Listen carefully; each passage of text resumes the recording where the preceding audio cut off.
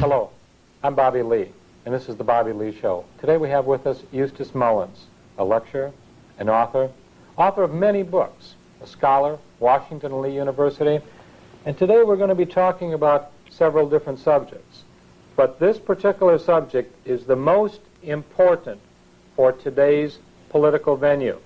And Eustace has written a book called The World Order. Now, Mr. Mullins has been working for the last 50 years to research important questions that need to be answered in the relationship of Middle America to the political evolution. Eustace, tell us a little bit, if you would, how you got started in being an author. Well, I had always intended to be an author, but I had intended to write novels, perhaps some poems, and I had absolutely no interest in any research or any nonfiction work. I didn't consider that as creative writing. So I met a poet, a very bohemian person named Ezra Pound, who was then incarcerated without trial on a more or less lifetime basis. And he asked me to look into the banking interest, the Federal Reserve System, at the Library of Congress there in Washington, D.C. And I did this, and I found it to be quite an interesting story, which launched me on research which continues to the present day. Now, this book, The New World Order, how does the New World Order deal with the banking interest in America and across the world? Well, you see, in studying the banking system in the United States, I found it was part of an international system of banking called central banks in Europe, and that the Federal Reserve System, which we had here, was simply an American version of the central banks they had in Europe. And I also found that these banks did not exist as some entity in some world of their own. They were an integral part of what I came to call the world order. Now, Eustace, this New World Order and this banking system, I was under the impression that the banks themselves were American banks and it was the federal government that owned the banks. Are you telling me that our government itself doesn't own these banks? Well, our government doesn't own anything. We really don't have a government. We're just a colony of England. How can you say that, a colony of England? Well, I know that they have the Republican Party and the Democrat parties, and I go down to the local bank and I can cash a dollar bill, can't I? Oh, well, you can go into any colony of Great Britain and cash a check. That doesn't mean you're in an independent nation. Would you trace for me the colony of Great Britain to the United States and the banks? If I put a Federal Reserve note in the bank today, how can I say or how can you tell me that's a part of a colony of Great Britain? Well, you see, we started out as a colony of Great Britain, and then presumably we won political independence in the American Revolution. But you see, the American Revolution was not against the bank. The American Revolution was against King George III. So we won against King George III, but we didn't win against the Bank of England, of which King George III was a major stockholder. So King George lost this wonderful colony over here, but he retained the banking control and continued to get his interest and his profits from his American colony, just as before. Okay, let's go from King George to the Federal Reserve. What happened in between? Because there was some time in there, and some people say that Andrew Jackson was one of the best presidents this country ever had. Could you tell us about him, and what did he do in regard to banking? Well, you see, immediately after the Revolution, when we had our wonderful independence and we could have the 4th of July and shoot off firecrackers and still pay interest to the Bank of England, which no one seemed to mind because they didn't know about it. And so Andrew Hamilton reestablished the Bank of England presence in the United States of America immediately after the Revolution, called the First Bank of the United States, which Jefferson strongly opposed. And when Jefferson became president, he refused to renew the charter of this foreign central bank, the first bank of the United States, so it went out of existence. And in revenge for that, England declared war on us, and we had the War of 1812, which was simply a banking war. Of course, you won't read that in any history book in England or in the United States. They tell you that American seamen were being impressed by the British Navy. They would stop American ships and impress American seamen. And this was the occasion of the war. Well, it had nothing to do with it. It was simply the Bank of England said, we're going to punish the United States for refusing to renew the charter of the first Bank of the United States. So anyway, the first Bank of the United States disappeared, and then Nicholas Biddle, an agent of James Rothschild of Paris, chartered a second Bank of the United States. And it was doing quite well until Andrew Jackson came along, and he said to the bankers, you are a nest of vipers, and by God, I will rout you out. And so he did. He removed all of the government deposits from the second Bank of the United States in 1836, which caused it to collapse. And in revenge, the Bank of England suspended all American paper, which caused the first Great Depression in the United States, called the Panic of 1837. That was strictly a banker's panic. And of course, then the Rothschilds came in and bought up American securities at 1 cent on the dollar and established a great many of the great American fortunes, including J.P. Morgan. But Andrew Jackson himself, you would credit him with at least taking a stand against this banking monopoly that is destroying his America. Well, he was a general and a patriot and an American, and to him, the bankers were Satan incarnate. They were robbing and looting this country. They were oppressing the people. They were causing financial depression and widespread suffering, and he said, I'm going to go after them, and he did. Unfortunately, the history books do not tell you why he did anything that he did, so the American children go to school and they have no idea what all this was about. Neither do the college students. Neither do the graduate college students. You know, I saw a beautiful statue of Andrew Jackson not long ago up in Jacksonville, Florida. And a lot of people don't realize that the state of Florida, the first governor was Andrew Jackson. Yes, that's right. And the city of Jacksonville was named after this wonderful patriot and hero of the American middle class. Now, let's go a little bit further. You mentioned the word Rothschilds. Where did that name come from, please? Well, there was a family of moneylenders in Frankfurt, Germany, named Bauer, which means peasant. And why these moneylenders were trying to call themselves peasants, I don't know, because none of them had ever been near a plow in their life. And so they were moneylenders, and they needed some way of advertising their business. And so the founder of this dynasty, the House of Rothschild, put up a red shield above his door so that people who came from various parts of Europe to change money with him could find it. And so after a few years, people didn't know who Bauer was, but they knew the Rothschild. The red shield was Rothschild. And so he simply began to call himself Rothschild. Okay, now he died eventually, but did he leave a dynasty of some sort? I mean, how did this happen? Well, he left 5 sons who were very well trained by this man, who by that time had become the outstanding moneylender of Europe due to a very peculiar circumstance. King George III and the Bank of England wanted to punish the American colonists for being so obstreperous and for refusing to give all of their profits to the Bank of England from their income. And so when they rebelled, then the British Army did not really want to fight their American cousins. So King George said, well, I've got to get somebody else to fight this war. I need some mercenaries, some hired soldiers. And over in Germany, the Elector of Hesse, a German province, had a very well-trained group of soldiers called the Hessians.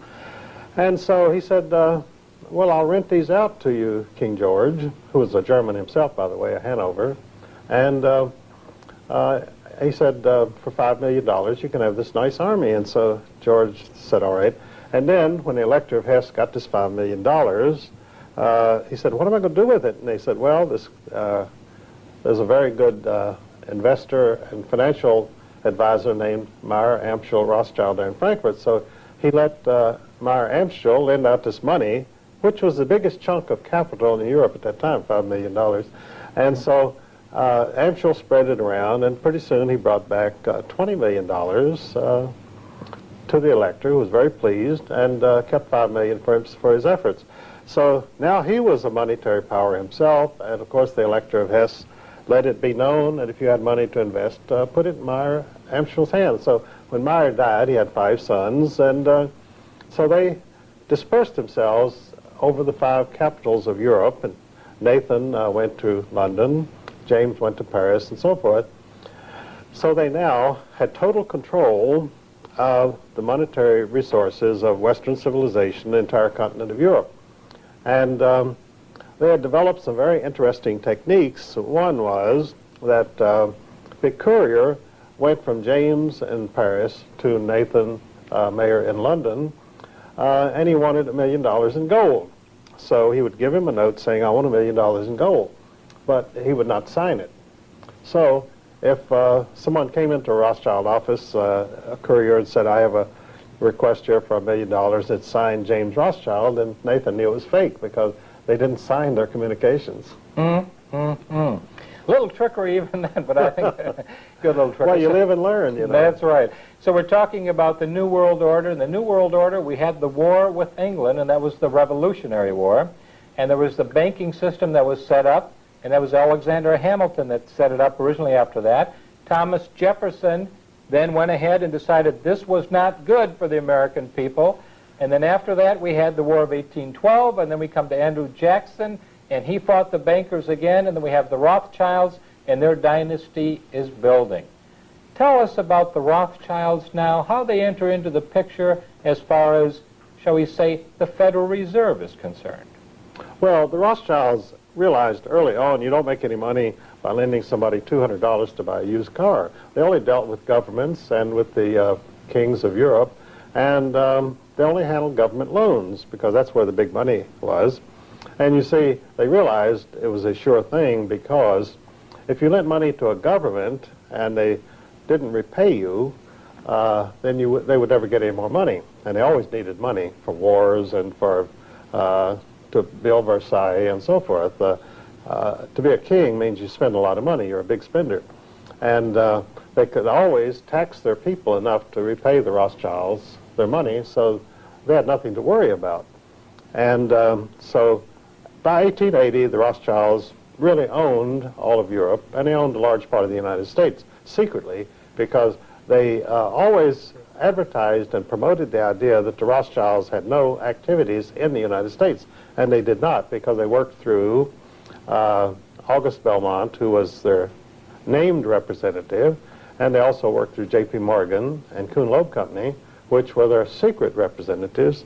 And by 1896, these two Rothschild firms, J.P. Morgan and Kuhn Loeb, owned 96% of all the railroad mileage in the United States. Wow, talk about a monopoly there. And that's in congressional reports. I got that right out of, most of my work, by the way, comes from congressional reports. So you do researching on congressional reports, and how far do you back to this research information go, Eustace? About 5,000 years. 5,000 years. We're talking to Eustace Mullins, ladies and gentlemen, and we're talking about the New World Order. Well, tell us then, the Rothschilds, tell us about the Federal Reserve. Now they've become involved in the Federal Reserve, and what about Soviet Russia? How did Soviet Russia come into this New World Order situation, Mr. Mullins? Well, Soviet Russia was always part of the world order, and in fact the Soviet Empire, the evil empire, which we heard so much about, and in the 1950s we were digging atom bomb shelters in our backyards to protect us from this catastrophe which was going to happen at any moment, and which was good for the contracting industry, but it didn't really help anybody as far as avoiding atomic bombs. So the Soviet Empire came about because of greed and envy. Now, communism, of course, is based on hatred, greed, and envy.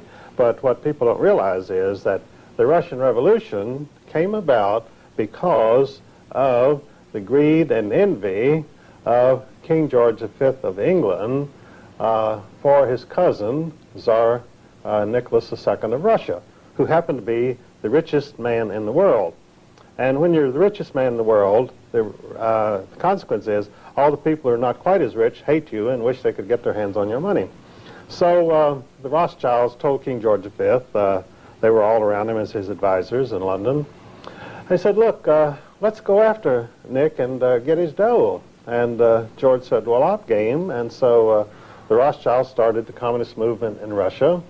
And so they murdered the Tsar and his family and took his gold, which was sent to Paris and to Kuhn Loeb Company in New York and the other Rothschild offices, London and so forth.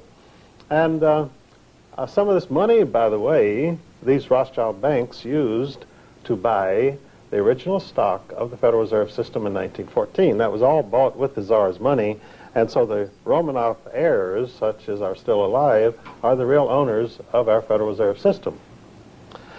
And so, as I say, they murdered the richest man in the world, took all of his money. Well, what year was that, by the way? What year was that when they murdered the Tsar? Well, that was 1918. They had the Communist Revolution in 1917, and the first thing they did was go in and loot the whole country. They took all the money, and so the result was the new Soviet empire had no operating capital, and they couldn't tax anybody because they had murdered all the people who owned anything. So you couldn't go out and tax the peasants to keep the country running. So they sent up cries of anguish, and people all over the world responded. Woodrow Wilson, our president, he made a speech to Congress in which he said, it is our duty to help these noble murderers in Moscow, in so many words. And so he first sent them $25 million of his personal war fund, voted to him by Congress to prosecute World War I. And he sent Elihu Root, who, by the way, wrote the charters of all the major foundations. Elihu Root was a lawyer of whom J.P. Morgan said, when I call in lawyers and I want something done, they give me a lot of reasons why it cannot be done. He said, when I call in Elihu Root says, what do you want me to do? And I tell him, and he does it. So that's why he became the lawyer for the big bankers in this country. Now, tell me, Eustace, because there's a lot of people that have said that the banking themselves, that the communist revolution was started on Wall Street. Is that a true fact or not, Eustace Mullins? It's absolutely true. All of the money for Wall Street, for the Bolshevik Revolution, came from Wall Street, really from Rothschild firms, but it would have been too obvious if the Rothschilds of London were sending all their money over to Russia to help the communists. So they did it through their favorite patsy, which is the American government. And they even formed a special firm on Wall Street in 1916 to finance the communist revolution in Russia, which was called American International Corporation. And its directors were Percy Rockefeller, the richest men in the United States, including a financier named George Herbert Walker, who just happened to be the grandfather of George Bush, our president. Now, how does this George Bush fit in now? George Herbert Walker Bush, the former president, or about to be president of the United States, formerly anyway, how does he fit in with his father, and was it his father and the Rockefellers and the Harrimans and the Brown brothers? Did they all work together as far as this New World Order is concerned?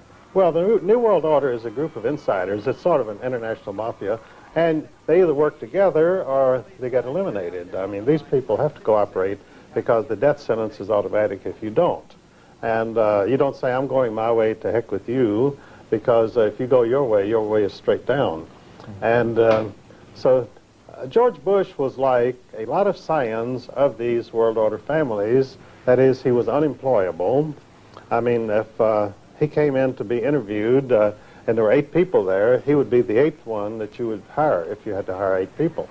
And, you know, Lyndon Johnson... He should have had 7 others when he was running for president of the United States. Well, it's too bad it didn't. Lyndon Johnson was quite a perceptive guy. He was a Texas redneck, and he came to Washington and he looked at all these bright young men at the Central Intelligence Agency who were from the wealthiest families in the United States. They were there as a lark. They wanted to play James Bond, and their families would do... and as Lyndon said, he said the CIA is composed of scions of wealthy families whose families would never dare let them near the business because it would be dissolved within 6 weeks. So George Herbert Bush, George Herbert Walker Bush, when a you know, he finished at Yale, and they said, well, should we put him in the family firm of Brown Brothers Harriman? They said, good God, no, we'll be in the bread lines within 2 months. So they said, let him go work, let him do what everybody else does. Go work for the Central Intelligence Agency and travel around and have fun. So George went to work for the CIA. It's the only job he ever had, just like Bill Buckley, another scion of a wealthy family. Bill Buckley was hired by the CIA when he finished at Yale, Skull and Bones. We're talking about the Brotherhood of Death here, the Skull and Bones crowd, which Bill Buckley and George Bush and all of the partners at Brown Brothers Harriman were members of this Illuminati fraternity established in 1848 as the Russell Trust by Daniel Court Gilman, who also, by the way, later set up the charitable foundations. Gilman was on the board of all of these so-called charitable foundations, which were simply secret instruments of the world order. So George became a member of the CIA. Matter of fact, he was CIA director in 1976. An interesting thing happened to Eustace in 76, and that was when he met one Saddam Hussein, who became involved in power in Iraq at the time. Could you tell us a little bit about that? Well, George was always a business partner of Saddam, and he claimed he didn't know him, so he deliberately, when he was on camera, he always mispronounced his name. He always called him Saddam, as though he were trying to call him a sodomite, I don't know. But anyway, they've been business partners that goes way back. And Saddam himself, you know, is worth about $10 billion. He's a player on the world scene. And that's why when George was ranting about getting rid of the new Hitler, and he sent our army over there to do it, they walked away, leaving Saddam Hussein in total control. I don't think he ever heard a gunshot fired during that entire Iraqi war. But to get back to George, he didn't start out with the CIA. He started out as an agent, a secret agent of the CIA, who was running his own oil company called Zapata Oil Company. And, you know, George, when he wanted a name for his company, he wanted a name that really represented what he believed in. So he didn't call it the Thomas Jefferson Oil Company, and he didn't call it the George Washington Oil Company. He looked down at Mexico, where you had a communist revolutionary named General Emiliano Zapata. And Emiliano was quite a bloodthirsty guy. His idea of a good time was to go into a village and line up all the women and children and shoot them. So George said, this is my kind of guy. So he named his oil company Zapata Oil Company, which showed the kind of people that he would like to have around him. And the Zapata Oil Company was never anything but a front for the CIA. They did a lot of work in Mexico and in the Gulf of Mexico for the CIA. And of course, when you had the supposed attack against Castro to wipe out communism in Cuba, George was in on the planning, and of course they bought 2 ships to haul the fighters, freedom fighters, to Cuba. And they named one of them Barbara, after his wife, and they named the other ship Zapata, after his oil company. So George was pretty well inside all the way. And, of course, they never intended to overthrow Castro. You see, when you set up a regime that you control, like in 1917 they set up the Bolshevik regime, and the American taxpayer supported the Soviet empire from 1917 right up till the time it collapsed. And the only reason it collapsed was that the United States was bankrupt. They couldn't send them any more money. So we destroyed communism by going bankrupt ourselves, which I guess is one way of doing it. You said one time, Eustace, that the Russians have been trying to make it through the winter every winter since the inception of the communism, and we've been helping them through the winter. Well, the guy who helped them first was Herbert Hoover. After they sent him money, Wilson sent him money, and then they said, we don't have any food. So Herbert Hoover, the great engineer, who was a Rothschild employee, after he had been banned for life from the London Stock Exchange as a thief and an embezzler, and the Rothschilds said, boy, we want this guy on our side. Sure. So they hired him as a director of Rio Tinto Zinc, one of their family firms. And so then in 1916, the Germans said, look, we can't fight any longer. We don't have any more money, we don't have any more food, and we don't have any more coal. So the Rothschilds said, well, hang on, and we'll see what we can do. So they got Herbert Hoover to inaugurate the German Relief Commission. But since we were at war with Germany, they couldn't well call it the German Relief Commission, so they called it the Belgian Relief Commission. And the Belgians were suddenly were astounded to find out that they were all starving when they had just had the best crop year they ever had. But anyway, the Belgian Relief Commission, which, by the way, was one of the greatest thieveries in the world, Herbert Hoover and his pals who ran this operation, they all came out of it multimillionaires. And Herbert Hoover, several times, remarked very sourly, some of these days, some prying SOB is going to want to look at our books. Well, no one ever did, and they kept their money. But after the Belgian Relief Commission, which kept the Germany in the World War I for 2 more years and brought a very satisfactory conclusion, then they called on Herbert to help them out again. They said, look, the Bolsheviks are starving, they've shot all the peasants and the farmers, and they have no food. So Herbert Hoover then organized Russian relief, and he went over and saved the Bolsheviks from total collapse. And somehow, after this, he became known as a great anti-communist, which just shows you what, when you control the media, you can sell any story that you want. Absolutely, and one of the things that was so sad for me to read about, of course, was when the Bolsheviks did go into the Ukraine, and they did kill so many people. They starved between 6 and 8 million Ukrainians out. And this is the end result of what the America has done, because America itself, this government, not the country, I don't believe the country, Eustace, I don't believe the patriotic people in the country, but this government was responsible for funding situations like this, weren't they? Oh, very much so. And in fact, this great massacre of the Russian peasants in the early 1930s was deliberately suppressed by Walter Duranty, the chief correspondent in Russia of the New York Times, and he dictated what would be allowed to be sent back to this country. They totally suppressed this so that Franklin D. Roosevelt, as a principal plank of his platform in 1933, that was to give official diplomatic recognition to Soviet Russia so we could send them even more money, of taxpayers' money, than they'd been doing before. So, but they couldn't do this if the press was going to print a story that 10 to 12 million Russians had been murdered by Stalin.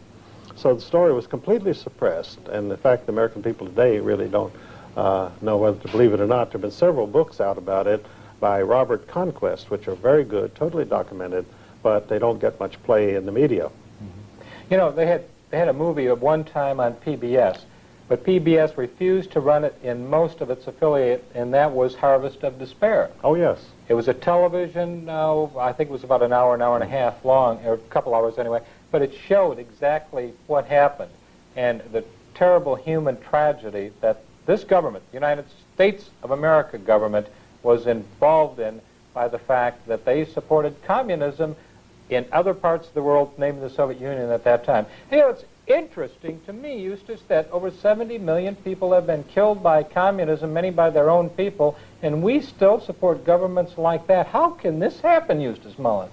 Well, you mentioned public broadcasting system, PBS, which to most people in the know, they call it the phony. They say PBS stands for the phony broadcasting system because they're a bunch of goofy left-wingers and homosexuals, and they're so relentlessly far left in their orientation that occasionally some congressman or some senator will point out, has PBS ever published any or run anything which was of a conservative nature? And of course the answer is no.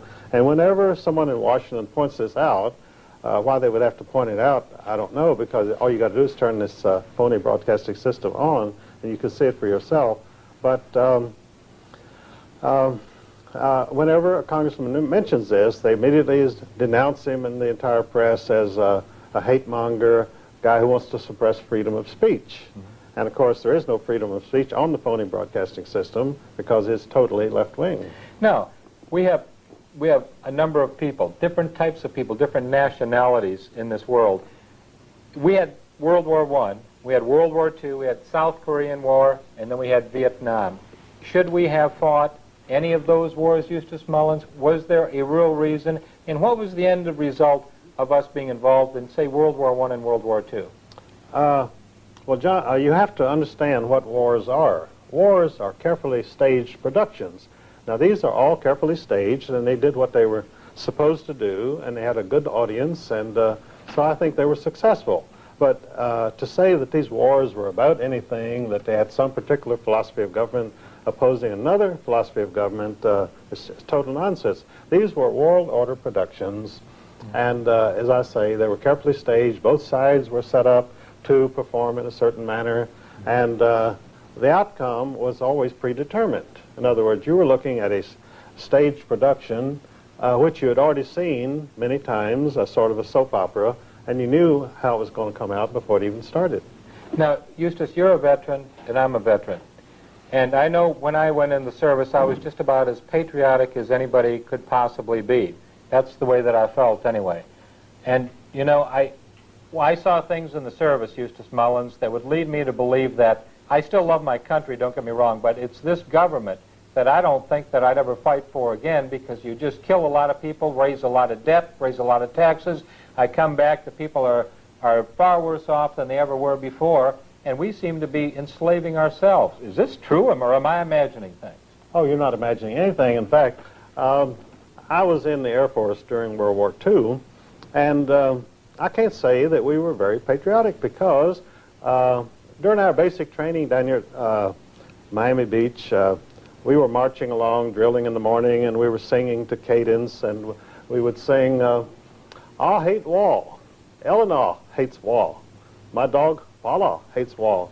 And all we did was make fun of these phonies in Washington, you see. So I can't say that we were that patriotic. And over in England, whenever Winston Churchill came on, Evelyn Waugh, one of the most famous English novelists, pointed out in his memoirs that whenever Winston Churchill came on the radio while they were sitting around in their officers' club with one of his great speeches, they would sit around, they would laugh themselves to tears at this old drunk, you see. So when you say patriotism, I don't know how much patriotism there really was. Tell us a little bit more about Winston Churchill. Was he bought and paid for? Yes, Winston Churchill at times spoke out against communism. You know, he was a son of a syphilitic named Randolph Churchill, but whether apparently he didn't inherit the taint, but anyway, he was always a little goofy, and he was really a drunk. If he didn't have his 2 quarts of whiskey a day, he really didn't know where he was. And during the great Blitz of London, most people thought he was, you know, being very brave, staying in London during the Blitzkrieg. Oh, that's where his 2 quarts of whiskey were. Well, he was 8 stories down. They built him a special shelter, 8 stories down in the ground, a very comfortable room, and he was liberally supplied with whiskey. And in fact, they used to show this room to tourists after the war. But a historian named David Irving did a new biography of Winston Churchill, and he was an establishment historian. He was published by Macmillan, which is owned by the Rothschilds. And so he sent this new biography of Churchill to the offices of Macmillan, in which he went in at some length about how this old drunk slept out the war in this special room underneath London. And they said, oh, no, you can't print that. And he said, well, that's the key to my whole biography. And so they said, well, goodbye. And they refused to print the book. And he finally got it out on his own, and he started touring and lecturing on some of his discoveries, with the result that Canada officially banned him from entering Canada as a very dangerous person, because he was telling the truth about Winston Churchill. And they have riots when he speaks, you know, and it's all very exciting. We're talking with Eustace Mullins today, ladies and gentlemen, and this is the book. It's The World Order and it's about our secret rulers. It's extremely, extremely important that we understand what is happening in America today, because we do have a $4 trillion debt. The nation is on its way down. We've become a third world entity. And we used to be the finest, the strongest, the most industrialized, the #1 nation in the world. And our education system also used to be the very best. We're having severe problems, ladies and gentlemen, and that's why Bobby Lee is here today with Eustace Mullins, one of the patriots and the heroes of the truth and the Jeffersonian philosophy of government. So this is the book that I think that you must must have in your possession in order to become educated about the world order. The business of America, what really, when we're talking about the business of America, what is the business of America? I thought it was for little businesses to be able to start and to work hard and to progress, and for a small family to be able to build themselves up and become financially successful and with morals and ethics, and everybody work for the common good. Is that the way that business is done in the government today? No, that's the myth. But we, unfortunately, you and I are talking here today about the reality. We could talk about myths all evening if we wished, but if we're going to talk about reality, then we have to say that this is a soap opera from Hollywood, the American dream. What we are facing today is the American nightmare, a wholly owned colony dictated to by aliens, in which the chance of a young person today of making it is almost nil, unless he happens to be a scion of one of the insider world order dynastic families, as George Bush was. Now, George Bush, of course, his path was smooth. He was a member of the Brotherhood of Death from Yale University. And we were so lucky to have him replaced by Bill Clinton, apparently from Middle America, the heartland of America, a Rockefeller protege, a Rhodes Scholar. There's never been a Rhodes Scholar. They're the Rothschild Scholars, but they didn't want to call themselves Rothschild Scholars, so they named themselves Rhodes Scholars. So we have now in Washington Bill Clinton, a Rothschild Scholar and Rockefeller protege.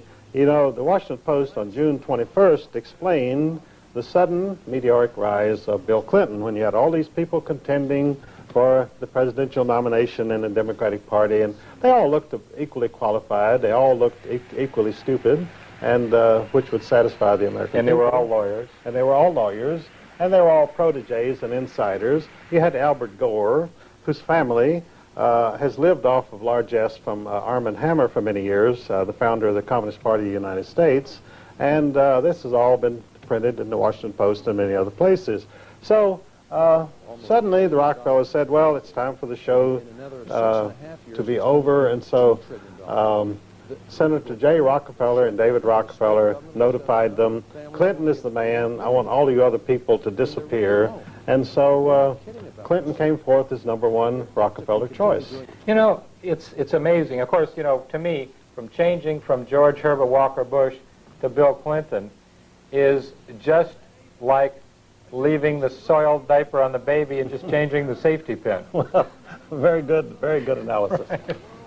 But it was money bought and paid for, as you know, and Jackson Stevens loaned Bill Clinton $2 million, and that was back in, I believe, around February or so, and Bill Clinton was really kind of almost getting down towards the bottom of the heap of those 7 individuals that at first had decided to run for President of the United States on the Democratic ticket, and all of a sudden he had this money. He came into Georgia, he had 26 people that he employed as far as being front people, and pretty soon he took Georgia in the South, and he was well on his way, and I think that was pretty close to it. But he was bought and paid for, you're saying. You're saying that Bill Clinton himself is bought and paid for, and are you telling me that we voted for a change, and the change isn't going to come to our benefit, Eustace? Well, that reminds me of a story I heard in my small town at Virginia, and these 2 businessmen were talking, and one of them had a bill that he wanted to be approved in Congress, and he said, I wonder if I couldn't influence Congressman so-and-so in Washington to vote for this bill if I, you know, just bought him. And the other man said, don't be ridiculous. That's the most insulting thing I ever heard of. He said, Congressman so-and-so was bought and paid for long before he ever got to Washington. and that's an honest congressman. Once he's bought and paid for, you know, he stays bought and paid for. Absolutely, he goes off the block. He's no longer available. Right. We're coming to today, and we're coming from George Bush to Bill Clinton. What do you see in the future for America for the next 10 years, Eustace Mullins? This new world order, is it taking shape, or do you think that all of a sudden we're going to come to critical mass and it's all going to disintegrate before our very eyes? Well, I think we're at critical mass already. Now, we have a very interesting situation, which we saw during the last election. You had the biggest turnout that you ever had, and of course, the trend had been for lower and lower percentages of the American people to come out and vote, because they did everything that they possibly could to discouraged the American people from participating in the election. Fewer people voted every year because, you know, they made sure they understood you either vote for Tweedledum or Tweedledee, and it doesn't make any difference which one gets in, because we created them both out of nothing, just like the Federal Reserve creates money out of nothing, and we create these politicians out of nothing. And when you look at them, you can see that they come from nothing. They are nothing. There's no question. Absolutely nothing. There's no question about that in anyone's mind. Well, this time, you suddenly had a wild card, and that was a billionaire named Perot. He appeared on the scene, and he was almost elected president by acclamation. People were so disgusted with these phonies, Bush and Clinton, and no matter how hard you tried, you couldn't say anything good about either one of them. And so the people looked, and here's a successful businessman, Perot, spunky, got down to business. He would get on television and rivet the attention of the American audience simply with a few charts, which has always been a no-no in politics. You never show a chart to the people if you want to get votes. Well, you never tell them how it's really like. That's right, and you never tell them, look, we're destitute, we've got to start thinking of something, because you see, the Rothschilds and the world order dynastic families, they profit by other people's suffering and despair.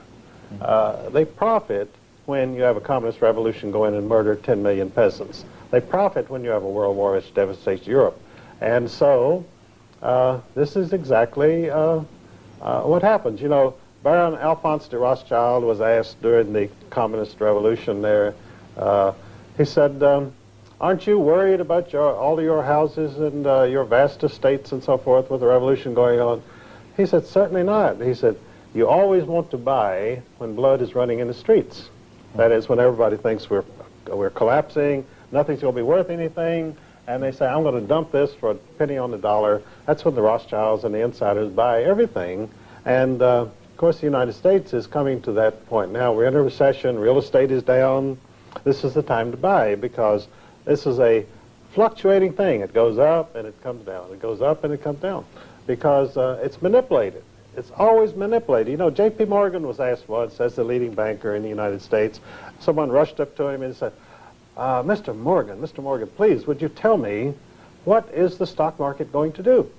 He said, sir, it will fluctuate. I love it. That's a great story. Let's go back to the dynasties, because one time I heard you speaking, Eustace, and you said that there are 3 tiers as far as the dynasty of families is concerned, from the Rothschilds and the New World Order. Could you explain that 3-tier system to me? Well, nothing can really function unless there's a hierarchy. Somebody at the top has to tell the people lower down what to do and how to think and how to act and so forth. So in the world order, you have a very distinct hierarchy, dynastic families who can trace their lineage back thousands of years, and because they have learned to survive and how to manipulate other people to do their will. And that's all being a member of the world order means. You know how to use other people and profit by them. And whether you slaughter them or rob them or torture them, whatever you do, you make money at it. And this is what they do. So in the world order, you have a top hierarchy of first-tier rank of dynastic families composed really of the old surviving aristocracies of Europe. The black nobility, they're called. They're called the black nobility because they came from the darker strain in the aristocracy of Europe. And the old Viking, blue-eyed, blonde aristocrats, more or less, were pushed into the background, or they intermarried with the black nobility and became contaminated. And this is what you have. Of course, the surviving royal family in Europe today is the royal family of England, and they have been black nobility since the 12th century, when the Este family of Italy married into the British royal family. So the first rank, first tier is the old aristocracies of Europe, plus what they call their Hofjuden, their court Jews, which are the Rothschilds and families of that nature, who are able to raise money for them and keep them functioning. Now, in the second tier of world dynastic families, the world order, you have the families who themselves are enormously rich and powerful, but their duty is to serve as courtiers to the first tier of dynastic families. And people in that category are the Rockefellers, the Harrimans, the Morgans, and so forth. Now you have a third tier of dynastic families who serve the second tier. They're never allowed to approach the real top people in the first tier, but they can only serve through serving the second tier. And these are families like the George Herbert Walker Bush family. George Herbert Walker was president of W.A. Harriman Company, and the Bush family's entire career in banking was to serve the Harriman interests, who in turn served the Rothschilds. So that's why I began to use the term about Bush as a dynastic family in the world order of the third tier. And it was picked up, and I see it popping up everywhere. They say, George Bush is a third-tier family. They don't even know what they're talking about. They don't explain it because they don't know how to explain it. But that's at least it.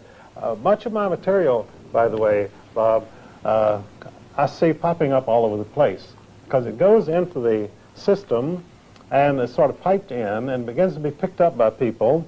For instance, columnists like Pat Buchanan and James Kilpatrick, every once in a while they'll pick up something of mine. Pat Buchanan had a column not long ago in which he denounced the Trotskyite wing, the neoconservatives of the Republican Party, which I had been speaking about publicly for about 5 years, and so, which I describe in my book of The Rape of Justice. I give you the whole story about that takeover.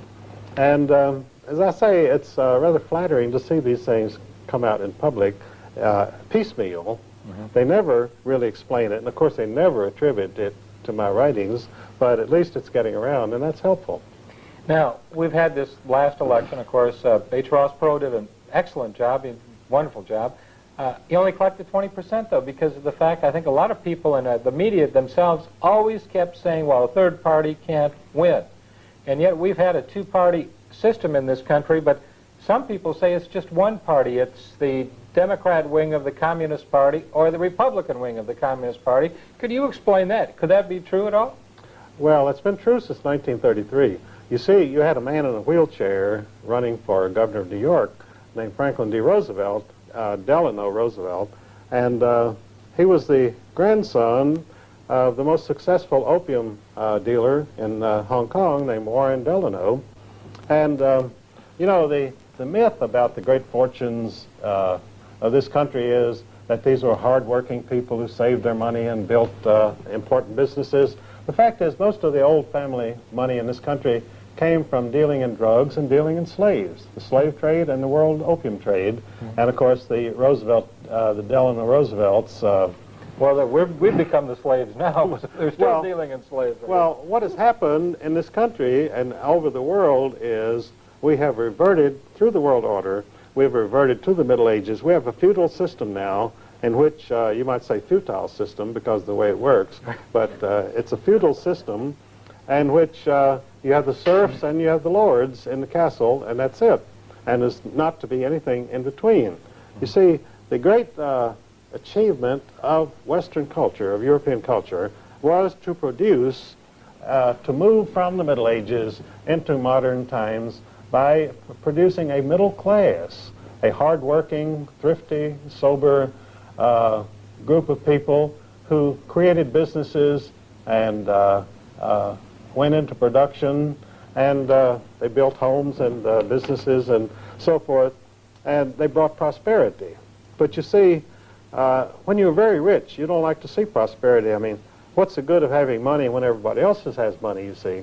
So the world order, they want to see everybody poor. Then they can control them, is that it? They can control them, and also it's much more satisfying to have a castle and a yacht if you know that all the peasants down there will never have these things and compete with you see. Right. So the world order is a monopoly system, and they make their money out of monopolies, and with their monopoly they control the governments, they control the banks, and they set their prices, and it's an extortion system really, just like the Internal Revenue Service in this country. I traced it right back to the Middle Ages, the black hand of the mafia. And all of their techniques and all of their goals come right out of the black hand. Well, I'd like to give that IRS a backhand for their black-handedness, to tell you the truth.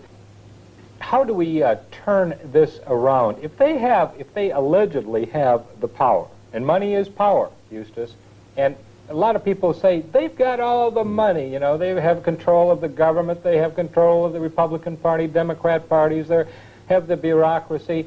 Well, how do you fight a little bit of strength like that? Well, I have to disagree with you there, Bobby Lee. Money is not power. Knowledge is power. Okay. And unfortunately for the world order people, information is catching up with them.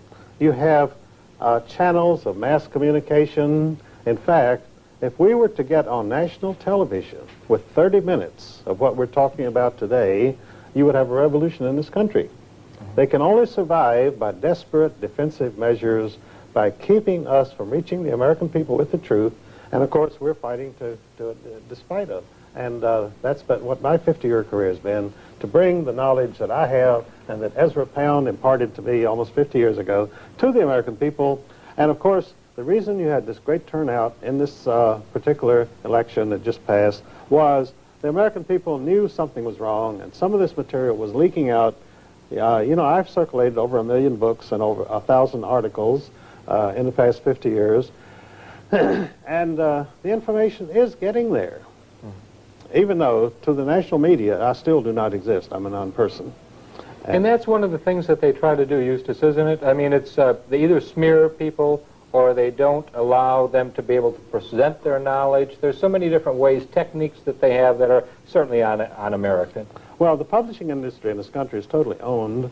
In fact, one of the biggest influences in the publishing industry in this country is the Central Intelligence Agency. They commission and have written and publish and circulate around 200 books of political propaganda a year, which makes the CIA the biggest publisher in the United States, secretly. And of course, there is no Central Intelligence Agency. It's a branch of the British Secret Intelligence Service, SIS, which was established in 1694 as a necessary adjunct of the Bank of England. So we have never had a government intelligence service. What we have is a branch of the Bank of England, which, as I say, has commissioned and published these 200 books a year of political propaganda, which are distributed to all the universities, and every professor in our universities knows that you have got to use these political propaganda books of the CIA as your teaching textbooks. You have Zygmunt Brzezinski. He used to be one of the right-hand men of Jimmy Carter. Henry Kissinger with Richard Nixon. These people hardly speak English to some degree, but yet they're controlling, in many cases, the foreign policy of this country. Tell them, foreign policy of this country, I mean, it's really been foreign as far as I'm concerned. Could you explain why? Well, you're talking now about the field of lecturing and public speaking, which is one of my fields. And interestingly enough, the fees paid to public speakers in the United States are proportioned inversely to how much information they give to the American people. Now, speakers who get between $35,000 and $100,000 per speech get up and give speeches in which they say absolutely nothing.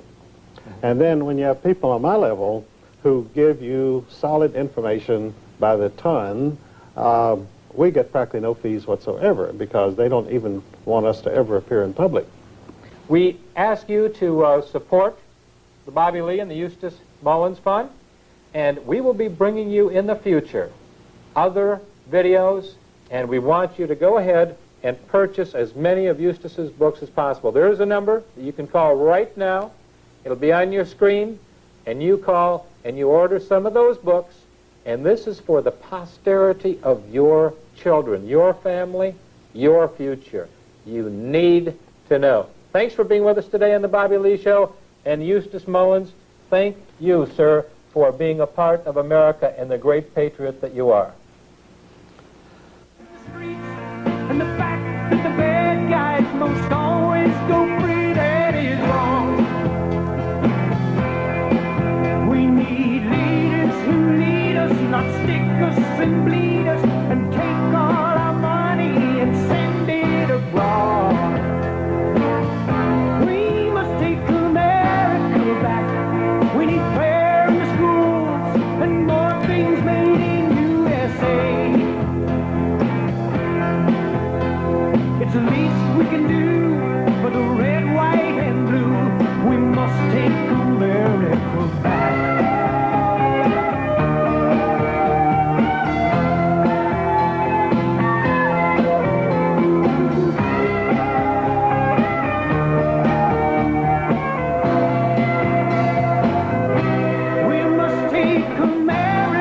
back.